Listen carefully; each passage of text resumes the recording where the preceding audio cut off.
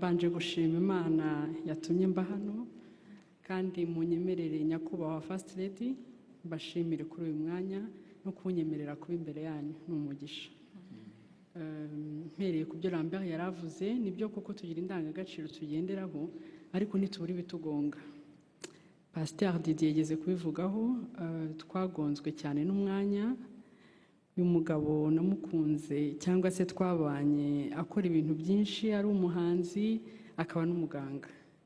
Ngeze mu rugo rero nk'abagore tujyana n'imigisha, nkihagera bahawe umwanya mwiza mu kazi, ari nako tunabyara, bituma rero umwanya uba muke. Kwa kuntu yamenyereye guhuza ibintu byinshi cyarimwe, yahise atangira n'ibintu byo kwandika ibitabo, yandika ibitabo by'abana akanabishushanya bikoreshwa mu mashuri ya primaire. Hanyuma nanjye ninjira mu rugo ndi umuntu wumva ko nzajya nakira umugabo nk'umwami. Wa mugabo umwanya wo kumwakira urabura, akajya agera mu rugo ananiwe, ariko uko yabayeho akunda gufatira ibintu icyarimwe, akagera mu rugo ambwira ati ngwino muri ofisi niho ngiye kuba nkorera.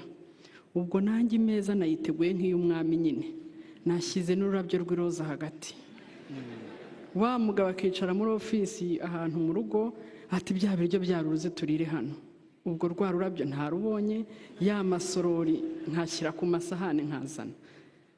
Ndabireba, ubwo niko n'abana baba benshi, akaza basuza ati banze nimbasuze vuba vuba ati hari utuntu ngiye gushushanya. Ariko mbyitegereje mbona binyuranye na kwa kundi nshaka ko ibintu biryoha.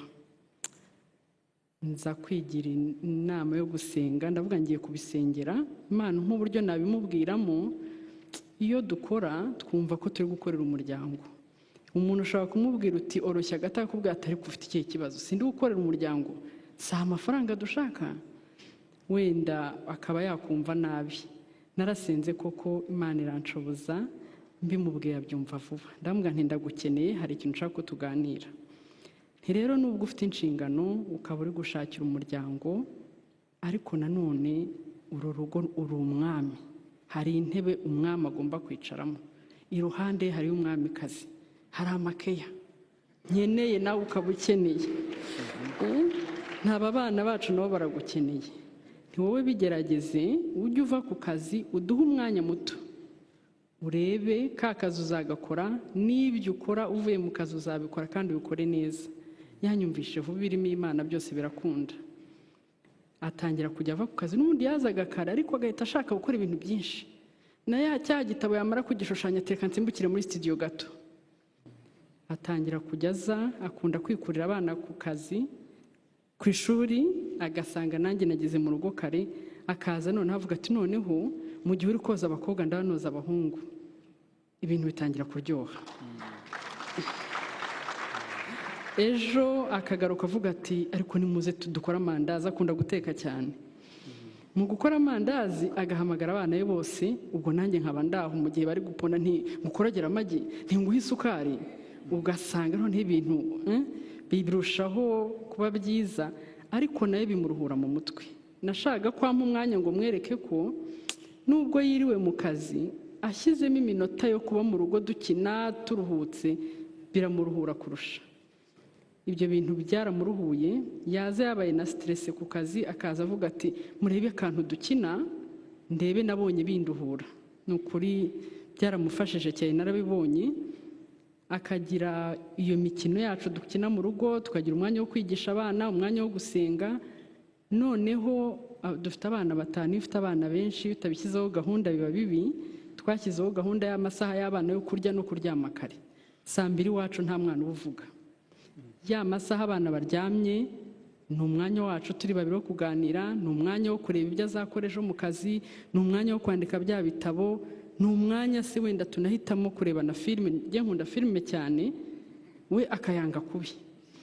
Akambwira ati televiziyo ntukayishyira imbere, ariko haba harimo maniyu yavuzwe cyane ngira ngo yari yababwiye.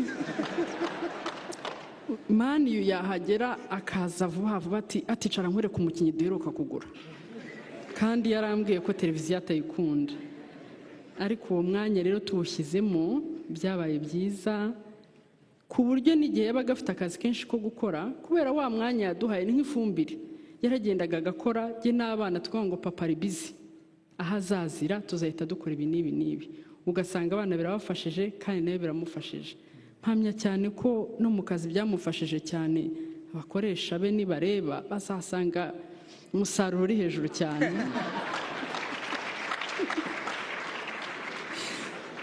Ikindi kintu nabonye cyiza nkimenye vuba ariko cyakonfirmye ko communication ari ingenzi. Maranye imyaka na Tom 12 ariko muri logique ye ngo akunda abantu bagenda mu modoka imwe. Muraza kundebera ko atari ukwikunda sinzi, ngo nibwo bakundana kurushaho. Tukagira rero imodoka duhuriramo twese, jye nayicaramo nkakunda indirimbo, wagakunda kumva amakuru. Uko ngezemo nkakubitamo indirimbo, nawe hashira iminota ati ntirangiye agakubitamo amakuru. Noneho rimwe na rimwe bikambabaza nkavuga ariko simvuge. Ejo bundi muri iki cyumweru Imana yampishuriye ibintu bikomeye. Ndamureba yinjiye mu modoka, amakuru aratangiye. Ubwo nene ndi kwimvira uturirimbo ndi muri mood, ariko Imana iramfasha sinarakara. Noneho ndamubaza nti jewe mbona uruha cyane, ntigiye numva ugiye ubanza ukumva uturirimbo mu mutwe hakaruka byagufasha. None haransubiza ati jewe burya indirimbo ni akazi kuri jye. Hari igihe dutwarwa cyane tukibagirwa ko twashatse abantu bafite n'impano nziza y'ubuhanzi. Ndamwe ntuzi ko ari byo. Ati giye ndi kumva indirimbo ntangira kumva he ibyuma bihengamye mastering niki, ati rimwe na rimwe hita ngera muri studio kandi atari umwanya wabyo. Atari ko amakuru aranduhura mu gihe mwebwe indirimbo arizo zibaruhura. Nasanze naratinze kubibaza, iyo myaka 12 yose naramuvunye. Ubu kuva uwo munsi rero sintuma nagera mu modoka mbona tunguka hari nagezemo nakwisema amakuru. Kugira ngo bimuruhure. Aho rero nize ko communication si ngombwa ko mwicara muri restaurant, si ngombwa mu cyumba, ahantu hariho hose mwaganira kandi ikintu kibubaka, kiborohereza mu mutwe, kinatanga umusaruro ufatika. Murakoze. Reka nawe muhe umwanya agire wenda uko nabonaga byinshi nawe afite ibyo yabonaga agire icyo atubwira. Trish yarakoze. Nyakubahwa First Lady, nanjye ndagushimiye ko mwaduhaye uyu mwanya ndetse n'abateguye iki gikorwa. Ibyo Trish yari avuze je n'ajoute rien. Ariko ndi bwongereho akantu gato nanjye kuri ku rugendo rw'iyo myaka 12. Mu by'ukuri kuba twicaye hano si uko turi special, nta n'uwo dushaka wenda kubwira ngo kora gutya. Buri umwe wese afite icyo yasangiza undi kikamwigisha cyangwa kikamufasha. Natwe kuva mu gitondo hari byinshi twize.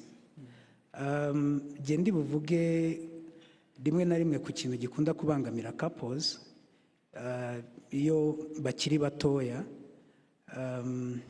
Ni ikintu gikunze kuba rimwe na rimwe abantu ntibabone uburemere bwacyo. Ikintu gikurikira kiba mu gihe cyo gutegura ubukwe, nyuma y'ubukwe ndetse no mu rugo.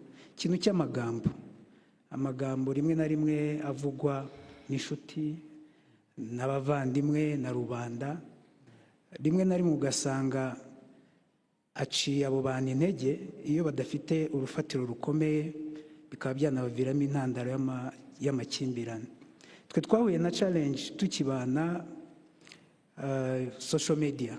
Buriya social media zikunze kubangamira abantu baba star, abakina filime, abanyamakuru, abahanzi. Twe tukibana haje inkuru y'uko ngo twabyaye umuzungu. Ubwo birumvikana ko wamubyaye afite ahandi yamukuye. Hanyuma banarenzaho ko twamaze no gutandukana, yatwaye imitungo yagiye. Ibyo bintu urumva ko ari ibintu biri bizarre, jye narabisuzuguye rero. Ndetse nawe kuko turi kumwe yabyumva yabimbaza nkamubaza se ko Tricia bavuga ari wowe ukaba utarabyara, urumva ibyo bintu bifite ishingiro. Ariko twibagiwe ko twari dufite umuryango. Mu rugo iwabo bakundaga kumubaza kuko urumva iyo abantu bagishaka imiryango ibaha umwanya kugira ngo babanze bamenyane, bubake urugo rukomere. Igihe kimwe rero bamwe mu bantu b'ababyeyi be baramuhamagara baramubwira bati ibintu twumva koko niba mufite ikibazo mwatwegereye tukakiganiraho ariko ntituzabone biturika. Tricia agerageza kubasobanurira. Uwo munsi bihurirana ko nanjye inshuti yanjye, hari umuntu w'inshuti yanjye twanagendanaga, twabaga turi kumwe kenshi, wamamagaye ati rero hari ibintu nashatse kukubaza ariko mbura uko mbivuga, ariko unyihanganire mbikubaze kuri telefone. Ati wowe na Tricia mufitanye ikibazo? So nawe ndamusobanurira, ndamubwira nta kibazo dufitanye, kubw'amahirwe ibintu bavugaga hari n'undi bari barabivuzeho. Ndamubwira nti se wa undi wundi babivuzeho urabona atari script bafashe bakayituzanaho? So ariko kubera ko twakomezaga kubibazwa n'abantu benshi, icyo gihe nakoresheje social media kuko ni naho byari biri, mbivugaho ndabyadressinga, kubw'amahirwe birahagarara. Urwo ni urugero rwatubayeho, ariko ngira ngo abantu benshi bahura n'ibyabo. Ushobora kuba mu rugo ugasanga wenda umugabo wawe iwanyu ntabwo bamukunze mu ntangiriro ko batamuzi, byamugeraho bikamuca intege, noneho mukubaka urugo mutibona neza mu muryango, cyangwa mwamugishakana bati ko mutabyara, cyangwa mwabyara umwana wa mbere bati ko mutarabyara uwa kabiri. Ugasanga ibyo ubwabyo rimwe na rimwe bitari mu bushake bwanyu, kuko hari abantu bashobora no kubana bashaka kubyara bakamara imyaka 5, 10 bakazababyara. Icyo twakinyuzemo gutyo, kuko of course twaraganiraga hagati, ariko ko cyavugirwaga hanze y'umuryango habayeho uburyo bwo kucyadressinga. Ikindi ndi buvugeho ni ku kintu gikunze kutugonga by'umwihariko kijyanye no kubahiriza igihe. Nkeka ko n'abagabo benshi bahura nacyo, aho iyo mufitanye gahunda nk'uko yabibabwiye dukunda kugendana, twizera yuko iyo abantu basenga bari kumwe, iyo abantu banagendana, iyo abantu barara mu cyumba kimwe, kuko hari n'igihe abantu bafitanye amakimbirane, umwe ashobora kwimuka mu cyumba akajya mu kindi azi ko arimo gutanga amahoro, ariko bikarangira ahubwo ashyizeho distance izagorana gutuma habaho kuganira. Twe rero tugerageza ko ibintu nk'ibyo by'ingenzi tubikorera hamwe. Ku kijyanye rero na time, n'uyu munsi tujya kuza buriya namuhaye umwitangirizwa, aritegura, amaze kwambara, atangiye kwambara wenda tw'ingenzi twa nyuma, nanjye mbona kujya kwitegura kuko njye nitegura vuba. Ubundi mbere nariteguraga nkajya mu modoka ngatangira kuvuza amahoni, noneho yaza tukagendana turakaye tutavugana, kuko mushyizeho pressure, wenda aje nta makiyaje akoze cyangwa ntabwo yizeye uko byagenze, aje arimo kwireba mu modoka ambaza ati kubera icyo banshyizeho pressure, mba nabanje gutegura abana kumenya icyo baza kurya tudahari, kuko n'umuntu ukunda abana cyane. N'ubu nubwo mwumvise dufite abana 5 bayifuza n'uwa 6 kuko ndetse niyo ashaka no kwiga yifuza ngo ibintu bya parenting ni impano ye. So umwanya munini rero nubwo akererwa akunze kumara arimo areba ibyo mu rugo, areba iby'abana, noneho twaza yumva ko afite reason, nanjye numva ko aho tugiye kuhagera wenda tuhagera dutinze, bigatuma tugendana tutavuga. So ibyo rero naje kubibona, mbona ko niko ateye, nta kintu nabihinduraho, kandi biba byumvikana. Noneho mu mwitangirizwa twagendana mu modoka tukagenda duhuriyemo tukagenda tuganira. Icyanyuma gikunze kugonga abantu cyane cyane abagabo, ni ikintu akenshi dushaka abagore tunarusha n'imyaka, noneho ukaza unafite n'iyo superiority complex. Rimwe na rimwe ugatekereza ko kuba umugabo ari ugufata icyemezo. Byajyaga bikunda kubaho, ariko ku tuntu duto nk'utuntu twa priority, twagombaga gukora iki ariko reka tukireke dukora iki. So ibanga twakoresheje nuko priorities z'ibyo twifuza gukora tuziganiraho mbere. Imishinga tuzakora muri 2030 turayifite iranditse, bivuze ngo uno munsi niyo waduha nka miliyari 5 dushobora kuzispendinga neza tutazangije, kubera ko ntabwo twatekerereje mu bushobozi dufite nonaha. Kuko ikintu twabonye ari igihe ubona nk'amafaranga ugasanga hari ikintu kije cyihuta, iyo utatekereje ngo nayakoresha iki, ugasanga uyadepanshije mu kintu, uratashye usanze mugenzi wawe nawe yari afite ikindi atekereza, nabyo ubwabyo bigakurura amakimbirane.